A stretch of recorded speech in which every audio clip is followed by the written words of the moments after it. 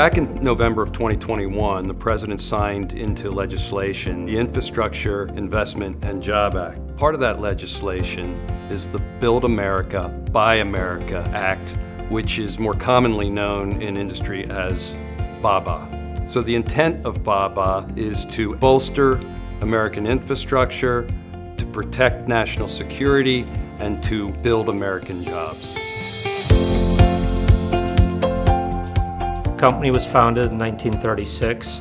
It's always been Philadelphia-based. The Build America, Buy America Act says that everything has to be 55% domestically produced and manufactured.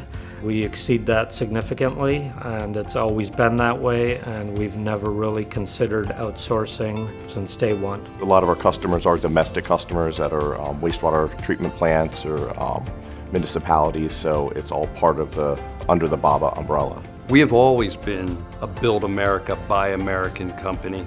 Everything we do, from the components, the raw materials, we buy it locally if possible. The reason we do this is because we're able to control the quality, we're able to eliminate supply chain issues, and we can provide the best product for our customers.